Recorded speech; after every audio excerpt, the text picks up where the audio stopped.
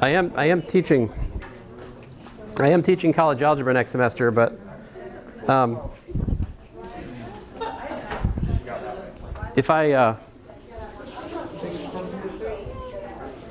have anything to say about it, there won't be any electronic homework in my college algebra next semester. I will give people homework on paper. You would do problems on paper. And then we will have quizzes every so often to see if you got them right. And that will be that. Listen, guys. So will it now that you've got your laptop out, has Top Hat decided to acknowledge your existence? Yeah. It has? All right. Well. See, but you shouldn't need two devices to do this. I mean, the whole point of it is you can do it on your phone. Yeah. So. All right. Let's get to the interesting part. Where did I put it?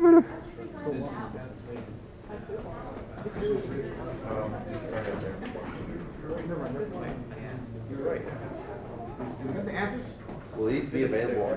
Yes, I am going to post these on the Canvas. Hey, how about you just send it to my phone? My number is 202-594. You're telling YouTube your number. Here. Unfortunately, my All right, guys. Speak. The talking needs to stop so people can hear me, and so I can hear my thoughts. Not necessarily in that order, but so number one, long division, and so here's where I did it wrong. The last class corrected me though, so it's easy to get long division wrong. You just be careless, you know. But anyway, here we get x squared minus 3x plus 9 minus 29 over x plus 3, because the remainder, after you do the long division here, ends up being minus 29. Now, what this means, and I didn't ask this, is graphically, this rational function, if you were to graph it, it would have a parabolic asymptote, right? So I won't ask you to graph those. Like at worst, I might ask you to graph an oblique one. But even that would be kind of mean. And I want the quiz to be relatively short, so odds are against graphing an oblique asymptote on the quiz. Part B. So I didn't give you boxes, right? So, you know, it's kind of up to you. So on the quiz, if I have one of these, like, so if you guys should be looking at your problem sheet to know what we're looking at, right? Because not all of you worked all these problems, right? So problem 1 part B was to graph y equals 3 minus the square root of x plus 2 using transformations of the graph y equals square root of x. So I start with the square root graph, I flip it over, I shift it 2 to the left, and then I shift it up 3, and there it is. So what I was telling the other sections is, you know, there's two ways for me to reasonably assess this kind of, this logic of like transformation of graphs. The one is to have like the little boxes where you put each step in, right? Then the other would be just to have some multiple choice questions where I have, you know, like four graphs and say which one is the formula that's given. See, because those problems are often solvable using transformations idea, right? Like if you look back at your homework, there were a lot of like, here's 4 graphs, which one is this formula, you know? That kind of thing. There are problems like that in the book. A lot of those problems can be solved just using these concepts without actually going through the trouble of graphing the whole thing, right? All right, enough about that. Any questions? What have I got it here? Oh, it's okay. This is just for fun. So if it's on there and you had fun, mission accomplished. Cool. Even if you didn't have fun, I'll allow it. Let's see here. Problem 2. Problem 2, what we got here? Hey, that's us. Woo, got that right. Yeah. In fact, so problem 2, you got the completely factored problem 2? No? Yes? So who had problem 2? Who was it had problem 2? So did you guys get the you got the x plus 2x minus 2, right? Yeah, we got the negative 5 and the square root of 24, but it's just the negative.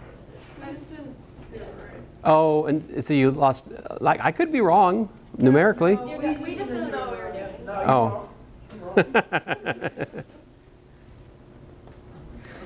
Hey. He's funny. Let's see here. So the way I thought of it was this: the square root of 24 is about 5. It's pretty close. It's just a little bit smaller than 5 because the square root of 25 is 5, right? So like intuitively, 5 plus the square root of 24 is almost 10.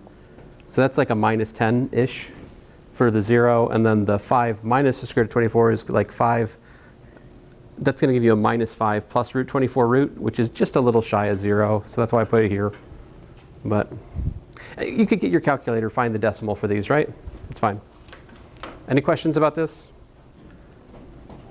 This time, all of the factors except for the prime one were just first order, right? So we flip signs at each critical number. See that? So I start out plus, I flip to minus, plus, minus, plus again, like that. So did you guys, so group 2, did you guys factor it? Or it was just, you didn't know what to do after you factored it? We had. You had a feeling of... We had the like. We had a glimpse of. We had the. We just thought we were rolling the extra. Oh, so you got it and then you talked yourself out of it? Yes. Yeah, okay, Exactly okay. what That is a popular move. So the and that brings us to an important point. So what you're telling me is you got it, right?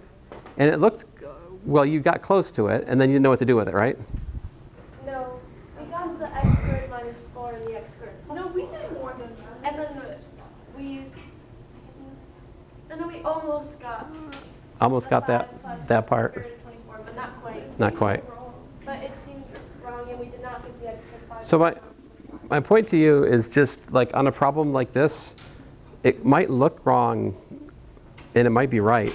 So be hesitant before you just go and madly erase a half a page of work on a quiz or a test, right? I see students do this a lot. Like, I have a problem, it's completely bare except for like shredded eraser marks of a half a page of work. This is universally a bad idea on my test because I grade with partial credit. If you had left me writing, I would have given you some points, maybe 30-40% of the credit even. But you've just erased it because you know it's not exactly right. Like, don't bail on a partially wrong solution. You know what I mean? Like, a better thing to do, if you think it's wrong, would be to like take it and just put a line through it and say on the back. Because I typically try to give you a test which says, this won't be true, I'm probably going to do double-sided next time, but if you need extra paper, ask me for it. I give you paper, we staple it on, okay? So, you know what I mean? I'm just a caution against over-erasing. I see people lose points with that where they don't need to. Yeah? Problem 3. Here we go. We have x-intercepts of -3, 1, 0, and 5, 0. And this one's a little bit tricky. We're told that f of x is less than... I think I did an example like this for you guys in here. This was more mean for the other sections where I didn't do an example like this in class. Yeah. But so since f of x is less than or equal to 0, that means we got to be below the x-axis. You pretty much have to bounce in order to make that happen. So I'm bouncing at -3 at 1 and at 5. And so that gives me a formula like I have. I plug in 0, it gives me -15. Then algebra gives me -1/15. So.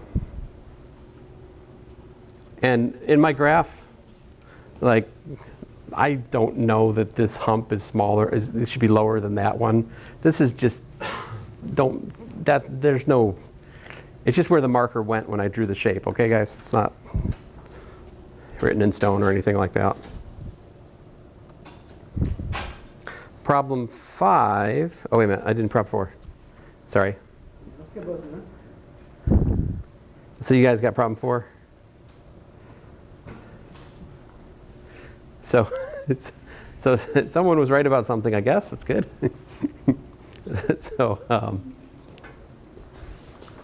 So yes, we do long division, and it's kind of like, yeah, one step, you know? So one step. Yeah, y equals 3x is the oblique asymptote here, because what's left over there, x squared plus 24x minus 2, divided by x cubed minus 8, that's a proper rational function.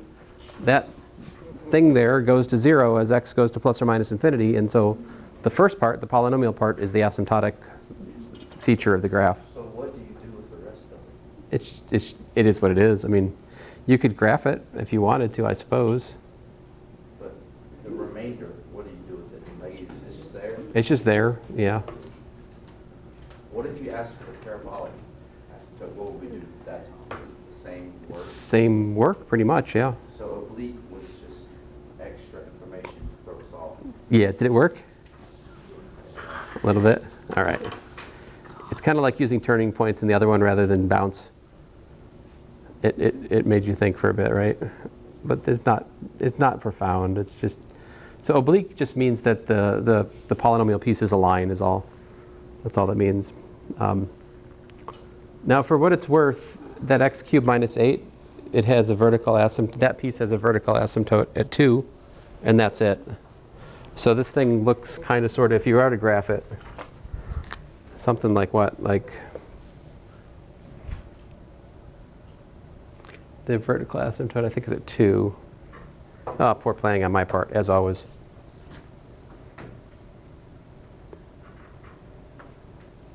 So I think the vertical asymptote's about right here. So it looks something kind of sort of like this, I think. Yeah. It's like, it does like that and like that. There be graphs like that on the test? If you want. No. How about you just make it like mx plus b, you know what I'm saying? Just graph y equals mx plus b. I feel like that'd be so much, you know what I'm saying, less hard. For arbitrary m? Give it like 5 minutes, I bet we all get straight. For like a range of m? Or like single choice of m? Graph Like within like single digits. You want me to give you a number? Like 2x plus. Like 2x plus, just graph like y equals 2x plus 3 or something? That's easy? If I put that, everyone's going to get it right? 100%. We'll see how that goes in the final. Let's see here. So, if I remember. Okay, so part B, we're supposed to factor completely, then graph, right? So the factoring completely, well, the first term is actually prime, right? Do you guys see that? It's prime. Yeah, it's possible. Then what? X squared minus 4. How's that go?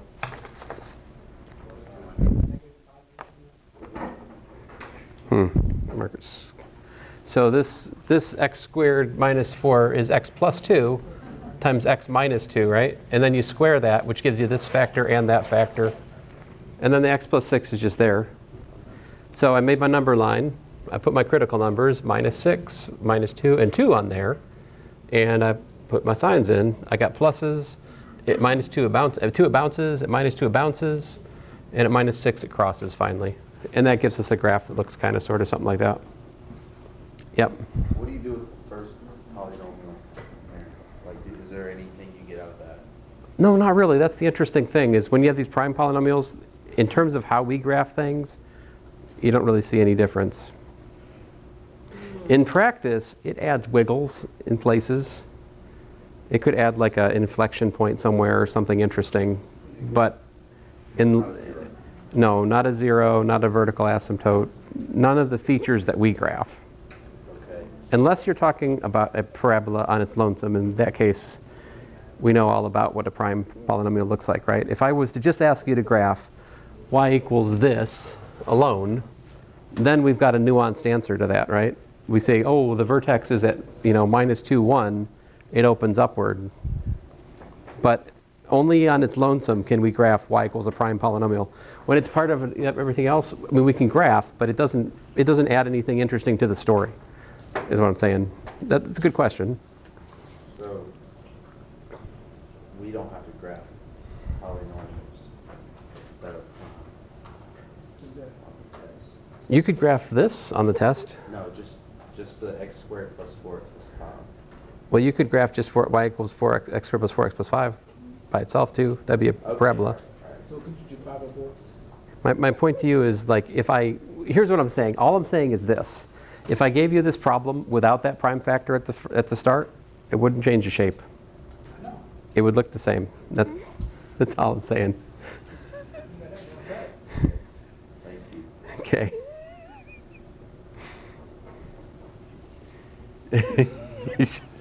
Yeah, I'm going to let you come up here and teach us here. See, that works for certain audiences.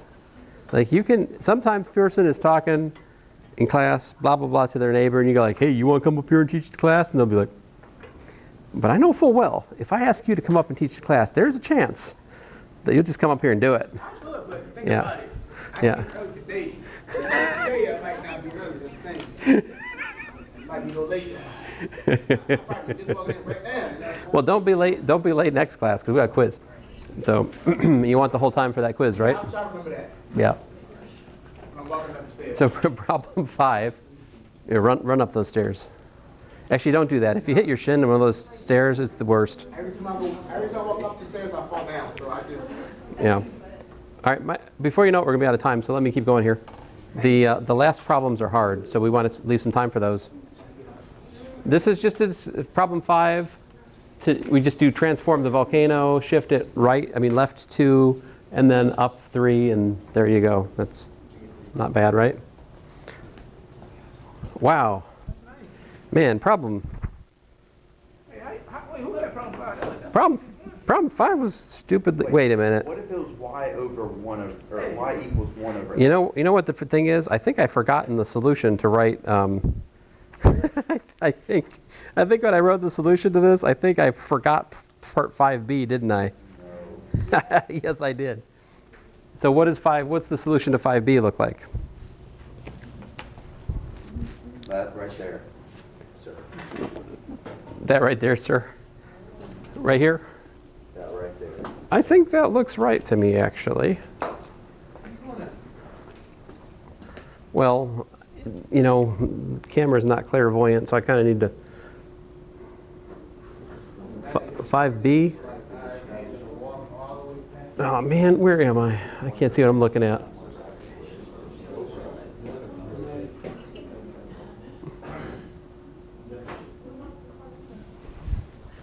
So 5b.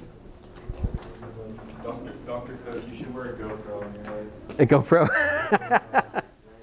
I don't want no fisheye. I don't want everything to come out like a fishbowl. All right, so here,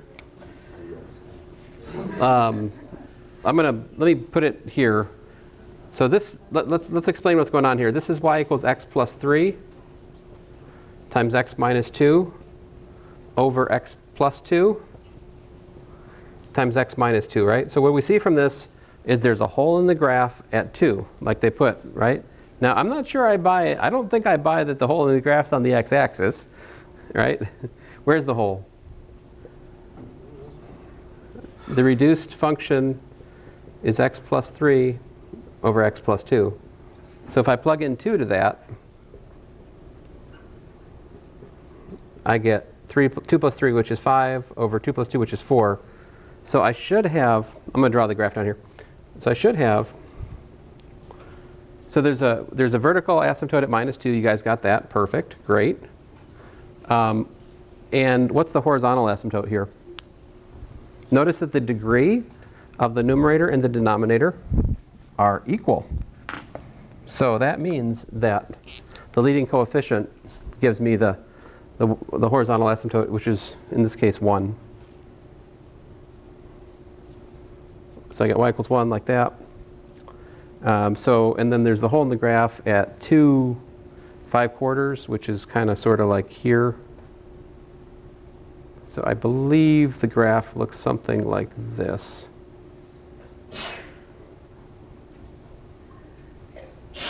If you guys can see that. Sorry, so my color coding is not awesome here. Let me flip the color on the asymptote. So you guys just had the hole in the graph in the wrong spot. And I don't think you picked up on the fact that there's a horizontal asymptote of 1, right? There's always one on it.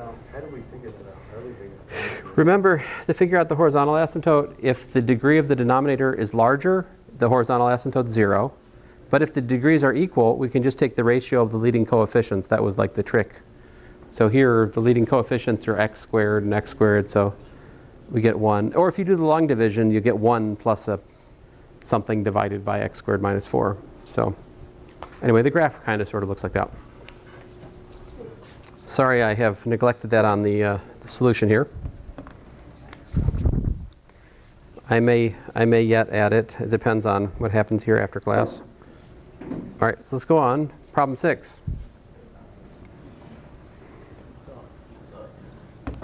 Oh, man. So let me speed it up here because we're almost out of time.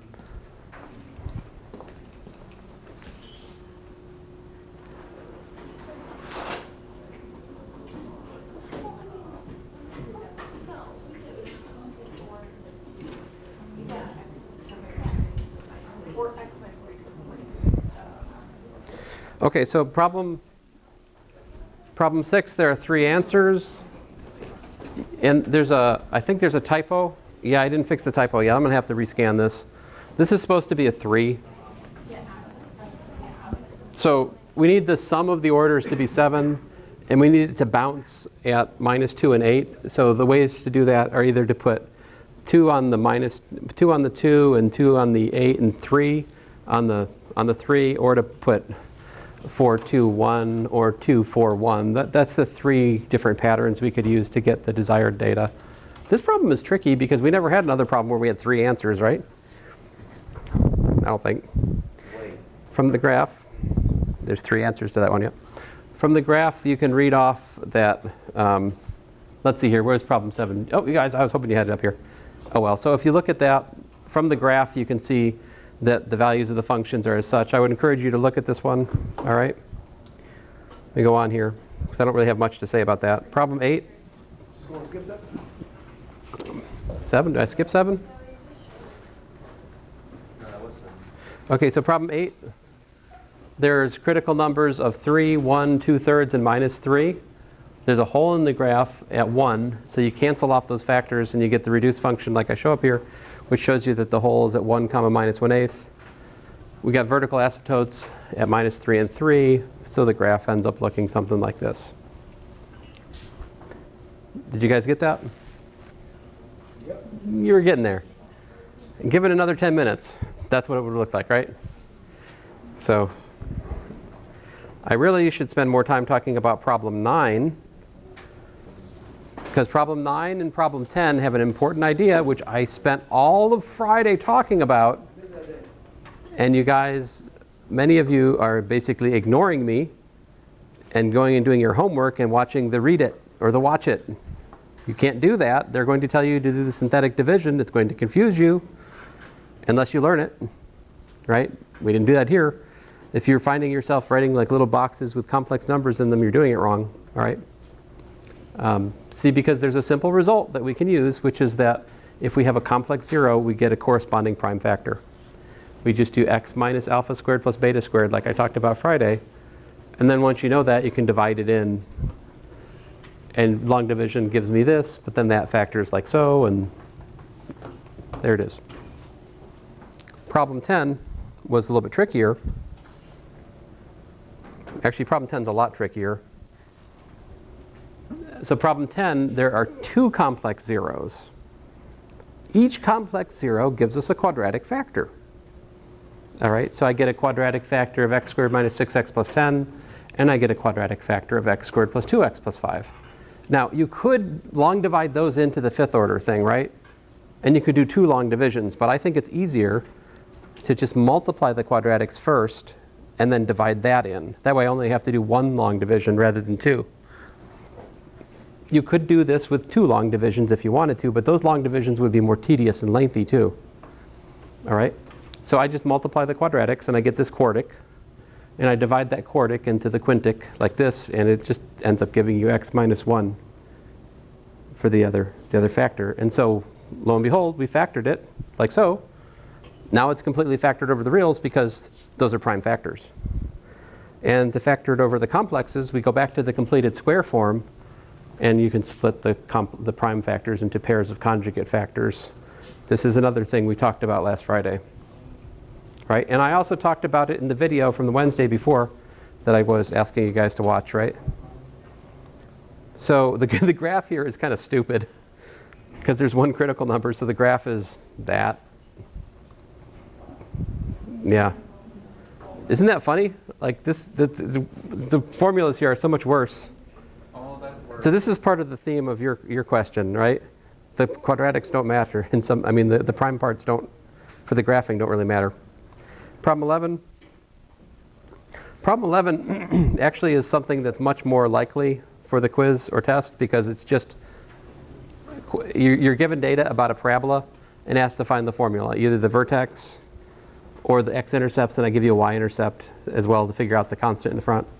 So there's that. And then problem 12. Problem 12 was another just rational function graphing problem.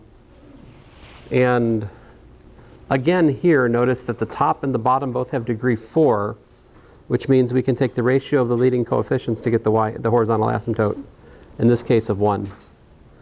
And then I just there's no bouncing here, it's all crosses. So the sign chart's really pretty funky, but it gives you something that kind of sort of like that. And that's it. Will all these be taught to people see on the quiz? So for the quiz, guys, before you pack up here, I would say this: these are moderate to difficult problems. Some of the problems on this sheet that I gave you, they're like moderate to difficult, right? The quiz is more likely to have more of the sort of basic problems, right, and a few of the moderate difficult ones.